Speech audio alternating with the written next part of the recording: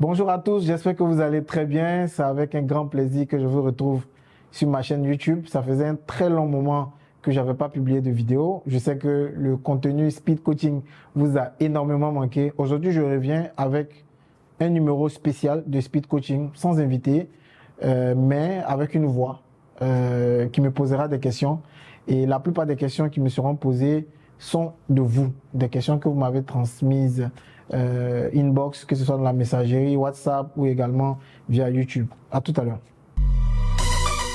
Bonjour Yannick. Bonjour. Ça fait un long moment qu'on t'a pas vu ici. Merci également à Abidjan Podcast Studio. Merci.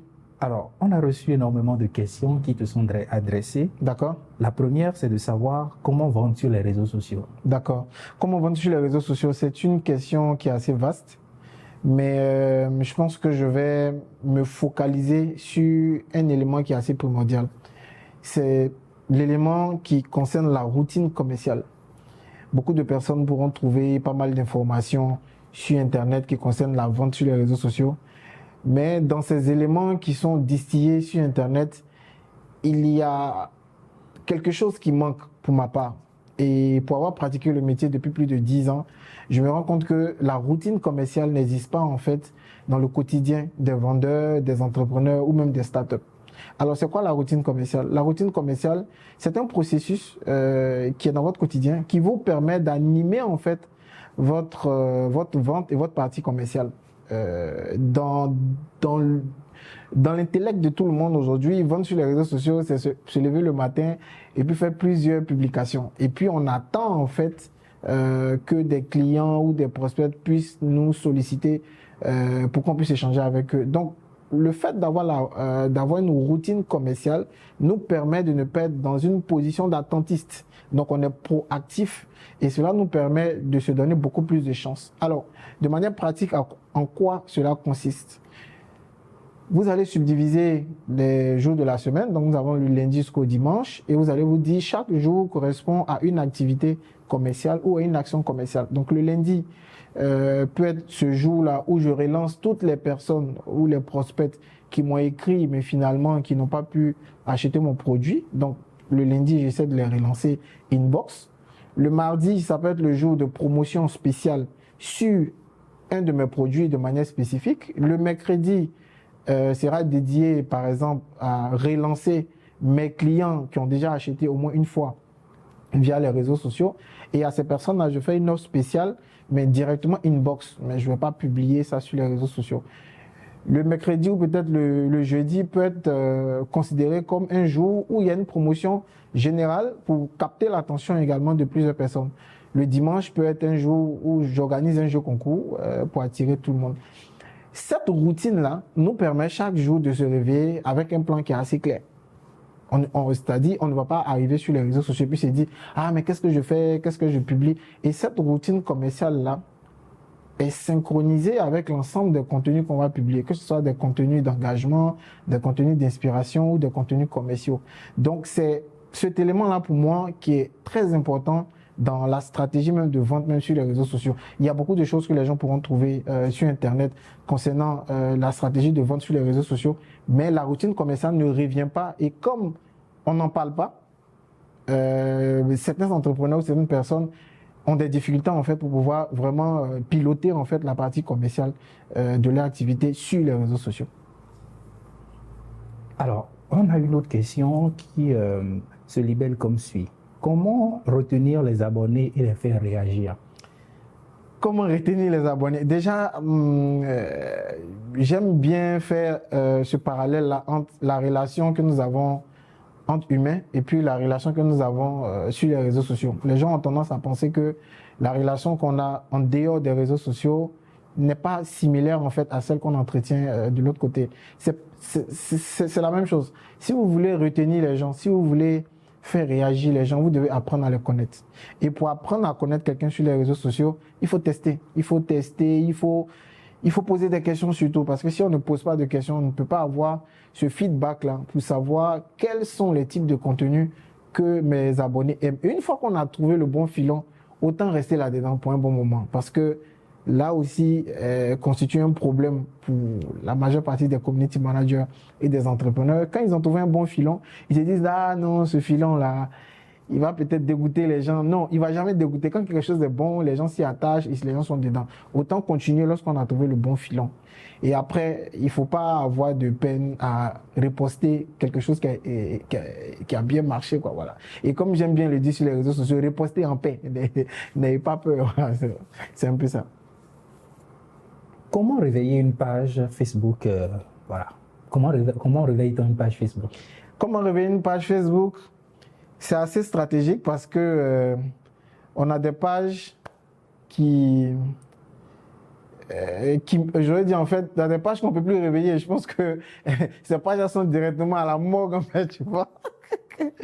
Parce que même si on fait une autopsie de ces pages-là, ce serait compliqué de les réveiller. Mais je pense que bien avant même de répondre à cette question, à titre préventif, je pense qu'il y a des dispositions qu'il faut prendre. La création de contenu, la diffusion sur les réseaux sociaux, c'est un peu un monde qui est cruel, je vais dire, parce que vous pouvez commencer des efforts, une fois que vous arrêtez, Facebook en fait s'en fout, hein, que vous soyez malade, que vous soyez indisposé. Il part du principe que vous avez abandonné une page, alors que lui, il a besoin de votre engagement pour pouvoir attirer des annonceurs sur sa plateforme. Et il ne va pas... Facebook ne tolère pas ça en fait. La plupart des réseaux sociaux ne tolèrent pas le silence. Donc, si vous voulez réveiller déjà une page, c'est déjà d'analyser cette page-là pour voir qu'est-ce qui n'a pas marché. Et on peut automatiquement voir ce qui n'a pas marché. Si vous n'avez pas la capacité de voir ce qui n'a pas marché, autant solliciter un spécialiste qui va faire un audit de la page et qui pourra vous faire des recommandations. Toutefois, à titre préventif, le mieux serait de ne pas couper la chaîne. Si vous avez commencé à faire 2 posts dans la semaine, 3 posts dans la semaine, ou 7 posts dans la semaine, autant garder ce rythme-là. Parce qu'à partir du moment où vous cassez le rythme, vous cassez également vos chances de pouvoir toucher également vos abonnés. L'autre élément, pour réveiller une page, il faut savoir qu'à partir du moment où on veut réveiller la page, il faut d'abord réveiller ceux qui sont déjà là. Parce que si la page est morte, ça veut dire que les gens qui sont sur la page n'arrivent pas même à voir les publications sur le fil d'actualité. Il ne faut pas se poser de questions. Il faut arrêter tout ce qui est publication commerciale sur la page pendant un moment. Moi, ma recommandation, c'est même 60 jours. Autant publier les posts commerciaux dans les Reels, dans les Stories. Au moins là-bas, on a beaucoup plus de chances d'être exposé à beaucoup plus de personnes. Et sur le fil d'actualité, autant pousser tout ce qui est contenu d'engagement, tout ce qui est débat, mais des contenus qui tournent autour de tout ce qu'on fait pour se familiariser davantage avec la cible et également les abonnés. Et puis après, progressivement, on pourra publier tout ce qui est publication commerciale sur la page en fait. Dernière chose, il y a 2-3 choses que je veux partager à tout le monde. Quand vous voulez réveiller votre page, évitez de publier des visuels avec beaucoup de tests. C'est des choses qui vont encore enfoncer votre page dans le trou. Voilà. Donc, je pense que c'est des détails comme ça sur lesquels je voulais revenir. Ok. On voit souvent qu'il nous est suggéré de relier notre compte Facebook à notre compte Instagram. Est-ce que c'est idéal de le faire? Je dirais non. il y a un passage de la Bible qui me rappelle toujours cette question-là. On nous dit tout est permis, mais tout n'est pas utile. Facebook a cette tendance-là à nous proposer des fonctionnalités qui ne sont pas forcément importantes pour nous. Pourquoi je le dis? Facebook et Instagram ne fonctionnent pas de la même manière. Il y a quelques similitudes, mais dans le format des contenus, dans la diffusion de l'information, dans le fonctionnement de l'algorithme, c'est pas forcément les mêmes choses. Un exemple, lorsque vous reliez votre page Facebook à votre compte Instagram, vous pouvez publier un post avec un fond, les fonds bleus, orange que Facebook nous propose. Mais lorsque vous publiez ce post-là, il ne va pas s'afficher sur Instagram parce que Instagram n'a pas intégré ce format-là en fait dans sa manière de diffuser l'information. Du coup, c'est une information qui ne va pas être diffusée. Deuxième chose, lorsque vous avez un problème avec votre compte Instagram, automatiquement, le compte Facebook peut être imputé de cette faute-là que vous avez commise sur Instagram et vous risquez de perdre en fait ces deux comptes-là. Troisième chose, on ne développe pas un compte Instagram comme on développe un compte Facebook. Parce que sur le compte Instagram, vous devez être actif dans le fil d'actualité, vous devez être actif dans les reels, c'est-à-dire dans les vidéos, vous devez être actif également dans tout ce qui est story. Donc vous avez trois canaux sur lesquels vous devez être actif et Instagram demande que nous soyons actifs également dans tout ce qui est commentaires, likes, mais tu te rends compte que on ne peut pas être autant actif sur Instagram de la même manière que nous sommes actifs sur Facebook. Donc autant avoir deux stratégies différentes. Oui, au niveau de la publicité, pourquoi pas relier les deux pour que Facebook puisse savoir qu'on a également un compte Instagram. Mais au niveau de la diffusion de l'information, au niveau de l'entretien même du compte, autant aller de manière séparée parce que ce n'est même pas les mêmes cibles qui se retrouvent sur Instagram et également sur Facebook. Voilà. Si j'ai un produit que je voudrais faire connaître, je voudrais promouvoir et que je voudrais m'associer avec des influenceurs pour le faire, quelle est la meilleure stratégie pour y arriver? Avant de solliciter un influenceur ou un prescripteur, parce que les prescripteurs sont également des personnes qui influencent le comportement d'achat, il faut déjà savoir pour quel objectif on souhaite collaborer avec ces personnes-là. Est-ce qu'on veut juste communiquer pour se faire connaître? Ou soit on veut communiquer en plus de se faire connaître, toucher la cible pour que cette cible puisse venir acheter le produit. On va prendre le premier cas. Le premier cas, c'est dans un cadre d'un objectif de notoriété. Je veux juste me faire connaître. Donc l'indicateur de performance pour moi, c'est le trafic que cet influenceur-là va me ramener. Donc je dis à cet influenceur-là de faire un placement produit. Mais derrière, il faut que je m'assure qu'il m'a ramené du trafic. Donc, on va prendre le cas d'Abidjan Podcast Studio. Ben, Yannick, il faut que tu fasses une vidéo pour nous. Ben, on se rend compte que 2 semaines après ta vidéo, le nombre d'abonnés de Abidjan Podcast Studio n'a pas forcément augmenté. Donc, ça veut dire qu'il y a un problème. Ton objectif, c'était de nous donner de la notoriété, mettre de la lumière sur nous. Mais cette lumière-là, comment nous, on l'évalue? On l'évalue à travers le nombre de personnes qui ont visité la page à partir du moment où tu as fait la vidéo. On l'évalue également grâce au nombre d'abonnés que nous avons réussi à acquérir depuis le contenu que tu as publié. Donc, voici des indicateurs de performance pour évaluer la collaboration que nous avons avec un influenceur dans le cadre d'un objectif de notoriété pour se faire connaître. Dans le deuxième cas, c'est différent. On utilise cet influenceur ou ce prescripteur-là pour pousser en fait la cible à acheter le produit. À ce niveau-là, en plus d'identifier des indicateurs de performance de notoriété, il faut également l'évaluer en termes de rentabilité. Donc, idéalement, c'est de mettre en place un code promo qui va permettre de mesurer le nombre de personnes qui sont venues souscrire au produit ou acheter le produit par le canal en fait de cet influenceur-là. Ou à la limite, on peut simuler, on va dire, un événement. Moi, Yannick Boka, dans le cadre d'une collaboration avec Abidjan Podcast, je peux organiser une formation, je peux organiser un brunch et à cet effet-là, je communique sur les offres de mon partenaire et la séance tenante là, je peux proposer des offres pour que ces personnes qui sont là sur place lors de l'événement puissent souscrire à l'offre de mon client qui m'a sollicité. Donc voici un peu comment il serait intéressant de collaborer avec des influenceurs. L'erreur que plusieurs marques commettent, c'est que on confond en fait les différents objectifs. On confie des responsabilités de vente à un influenceur qui n'est pas censé en fait maîtriser en fait cette chaîne-là. Deuxième chose, il faut que la marque puisse acquérir des outils vraiment qui permettent de mesurer en fait les indicateurs de performance, parce que sur quelle base on peut mesurer, c'est grâce à des outils qu'il faut acquérir. Voilà. Alors, comment est-ce qu'on arrive à savoir quel influenceur est adapté pour quel contexte ou quel objectif de communication? Première chose, il faut regarder à qui il parle. Parce que s'il parle à des personnes qui ne correspondent pas à notre cible ou au profil de client que nous recherchons, on ne peut pas en fait collaborer avec cet influenceur-là. Toutefois, si c'est pour un objectif de notoriété où on cherche à toucher monsieur tout le monde, on peut aller vers quelqu'un qui a l'habitude de parler à tout le monde sans forcément être dans notre niche.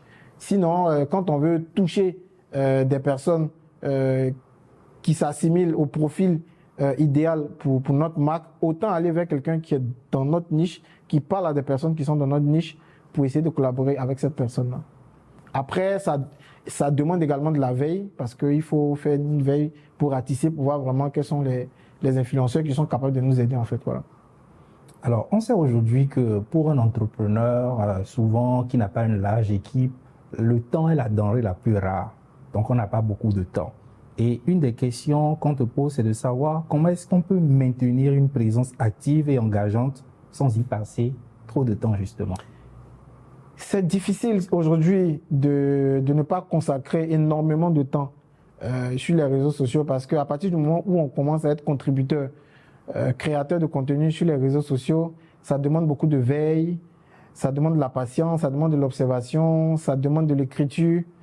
Mais aujourd'hui, ce que je propose à un entrepreneur, c'est de ne pas se casser la tête avec forcément un calendrier éditorial. Parce que après 10 ans dans le métier, j'ai eu à conseiller pas mal d'entrepreneurs, mais je peux t'assurer que c'est difficile de respecter un calendrier éditorial parce que très souvent, ils sont à la fois les responsables marketing, responsables logistiques, commercial. Je vois que tu es en train de sourire. Donc, du coup, c'est difficile de s'asseoir et puis venir faire le montage vidéo, écrit. La chose la plus simple pour moi, c'est de se dire, chaque jour, je dois avoir ma routine commerciale. Parce que c'est la routine commerciale qui me guide en fait dans ce que je dois écrire ou dans ce que je dois dire. Donc ça, c'est la première chose. La deuxième chose, pour garder le contact avec mes abonnés, un contact surtout émotionnel, je vais raconter une histoire au moins 2 fois dans la semaine. Parce que dans le cadre de mon travail, j'ai été confronté à des difficultés techniques, commerciales, marketing. Et je pense que ces histoires-là sont très inspirantes et peuvent servir à mon audience et à mes abonnés. Troisième chose, je pose des questions. Donc, partant de là, c'est beaucoup plus facile et c'est beaucoup plus spontané pour un entrepreneur qui n'a pas les moyens de payer un community manager, d'animer tranquillement sa page, tout simplement. Parce que le calendrier éditorial, je pense que le calendrier éditorial, c'est une philosophie ou c'est une invention vraiment pour le community manager et pour les social media managers. Parce que un entrepreneur qui se prend en charge au niveau de sa communication sur les réseaux sociaux, il est difficile pour lui de pouvoir respecter le calendrier éditorial. Toutefois, s'il a la possibilité de respecter un calendrier éditorial, pourquoi pas? Mais je pense que je préfère qu'il puisse se consacrer aux expériences, au partage d'expériences, à sa routine commerciale et puis aux questions qu'il va poser. Voilà. Parce que même les questions peuvent l'aider également à identifier de la clientèle, de nouveaux problèmes à résoudre et pourquoi pas une niche à laquelle il n'avait pas pensé. Voilà. Alors, là, on va se tourner spécifiquement à LinkedIn. LinkedIn, déjà, je voudrais, avant de te dire la question, je voudrais que tu rappelles un peu, c'est quoi l'utilité de LinkedIn, à quoi sert cet outil-là, ce réseau social, on va dire, ou professionnel. Mais la question, c'est de savoir comment est-ce que tu aurais trois conseils, le top 3 des conseils pour tirer profit de LinkedIn. Donc, je vais rebondir déjà sur le rappel que tu m'as demandé de faire. LinkedIn, c'est une plateforme qui est assez spécifique pour 3 raisons. C'est l'un des meilleurs endroits pour trouver du boulot, pour se faire identifier par des chasseurs de tête. Le deuxième objectif, c'est de se créer un réseau parce que il y a une facilité de se créer un réseau sur ce réseau social, désolé pour la redondance. Et puis le troisième objectif, c'est de se faire remarquer en tant qu'expert dans son domaine et en tant que spécialiste. La preuve, LinkedIn aujourd'hui nous offre la possibilité d'avoir des badges en tant qu'expert ou spécialiste dans notre domaine. Donc, 3 conseils que je peux donner pour des personnes qui démarrent sur LinkedIn. La première chose, quand vous arrivez sur LinkedIn, le mieux est de renseigner votre profil avec toutes les informations possibles. Vraiment toutes les informations possibles. Parce que pour quelqu'un qui vous découvre, il n'aura pas le temps de vous poser des questions. Il va aller directement voir votre background, votre présentation. Donc, autant avoir une très belle photo, une très belle présentation et donner tous les détails qu'il faut pour mieux nous connaître davantage. Deuxième chose, aujourd'hui, LinkedIn a mis en place une fonctionnalité qui s'appelle les articles collaboratifs. Donc, ils ont identifié plusieurs sujets dans plusieurs domaines qui permettent aujourd'hui à quelqu'un qui est spécialiste dans un domaine de faire des contributions pour aider tous les abonnés de LinkedIn. Et plus vous contribuez, vous avez un badge. Et quand vous avez un badge, votre profil est exposé à plusieurs personnes dans le monde entier qui sont dans votre secteur d'activité, y compris des gens qui sont dans votre région ou dans votre zone géographique. Donc, c'est un outil qui est à utiliser sans modération. Cela vous permettra d'avoir votre badge et d'être identifié comme un expert. Troisième chose, si vous n'avez pas la possibilité d'être très actif dans la création de contenu, amusez-vous à aller contribuer en commentaire sur des publications des personnes de votre domaine. Parce que plus vous contribuez en commentaire sous les posts de ces personnes-là, plus vous avez de la visibilité et beaucoup de personnes seront assez curieux d'aller visiter votre profil. Voilà.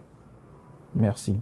Alors, une question, on va dire, fondamentale, parce que il y a beaucoup de personnes qui cherchent à avoir de la notoriété, le nombre d'abonnés croissant et tout. Mais à la fin de la journée, pour un entrepreneur, pour une entreprise, c'est de faire rentrer de l'argent par le biais des clients qui viennent acheter. Tout à fait. Comment est-ce qu'on part des abonnés, du nombre d'abonnés, et on les transforme en clients et on les fidélise surtout? D'accord. Il faut déjà faire la part des choses. Avant de vouloir transformer des abonnés en clients, il faut déjà chercher à avoir des abonnés. Parce que c'est, pour ma part, je pense que c'est plus compliqué d'avoir des abonnés que d'avoir des clients. Quand aujourd'hui j'arrive sur le marché et que je crée ma page, Facebook me donne la possibilité d'utiliser la publicité pour toucher beaucoup plus rapidement des gens, proposer mon produit. Mais il ne faut pas oublier une chose, les réseaux sociaux constituent des canaux de communication et des canaux pour pouvoir présenter nos produits. C'est à nous de se poser cette question suivante. Une fois que j'ai ma page, comment j'arrive à capter l'attention des gens, à attirer des gens d'abord sur ma page? Et il ne faut pas forcément s'appuyer sur de la publicité pour attirer ces gens-là, parce que même Facebook, quand vous allez utiliser la publicité, il a besoin d'avoir certaines informations basiques sur votre compte.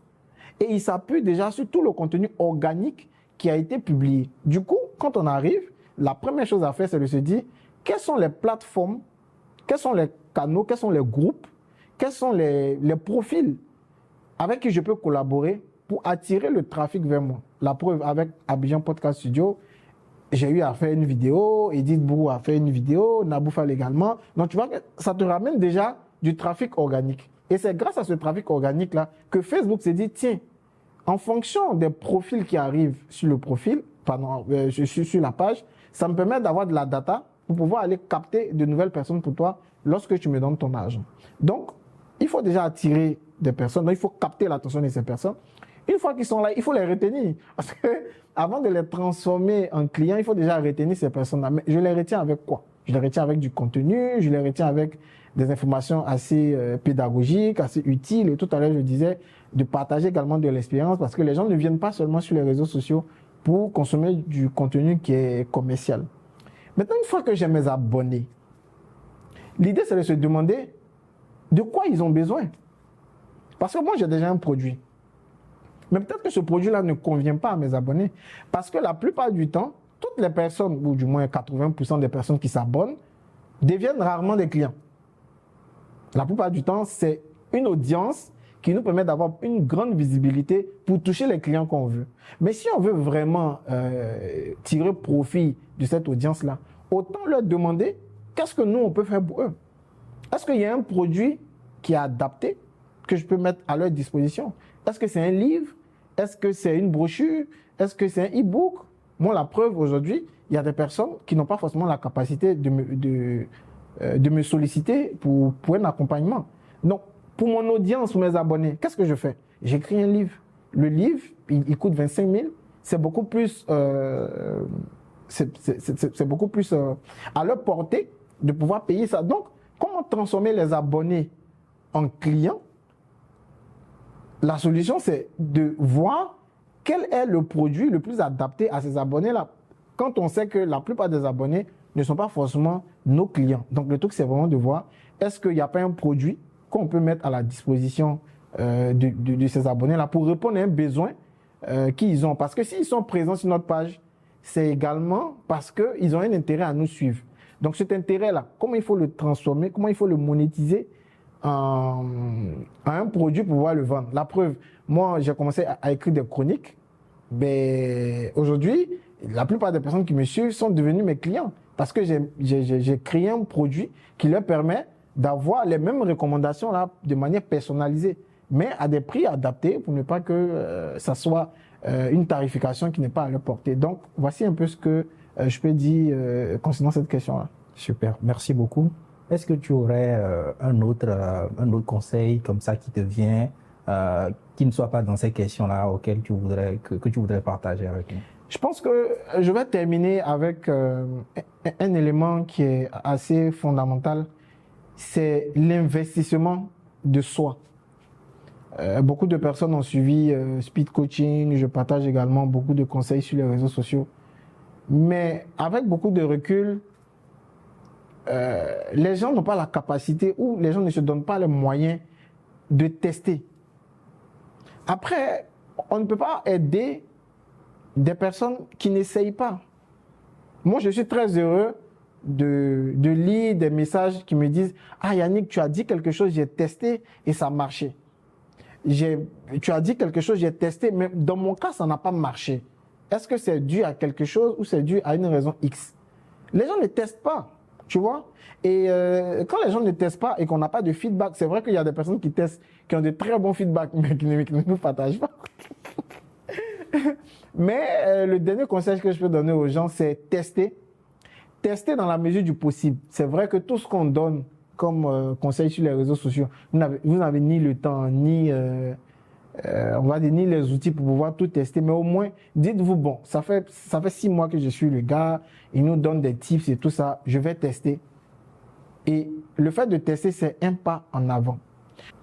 Dernière chose, c'est un conseil pour les entrepreneurs qui exercent leur activité depuis 3, 4 ans, 5 ans et qui ont réussi à asseoir une présence sur les réseaux sociaux. Et aujourd'hui, ils veulent passer à un autre cap.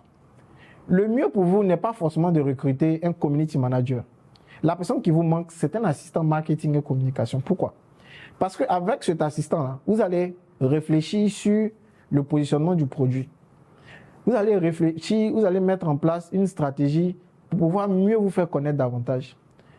Vous allez vous poser de bonnes questions pour savoir en termes de distribution du produit, comment je me distribue, comment mon produit peut être consommé sur d'autres plateformes. Vous allez réfléchir sur le parcours client. Vous allez réfléchir sur l'expérience client. Et tout ça, vous avez besoin d'une personne clé pour gérer ça. Et cette personne-là, ce n'est pas le community manager, ce n'est pas le chargé de communication digitale. C'est un assistant marketing et expérience client qui pourra vous aider à mettre tout cela en place parce que sans une stratégie marketing, sans une stratégie commerciale, vous naviguez à vue. J'espère que c'est la bonne expression. Voilà, merci.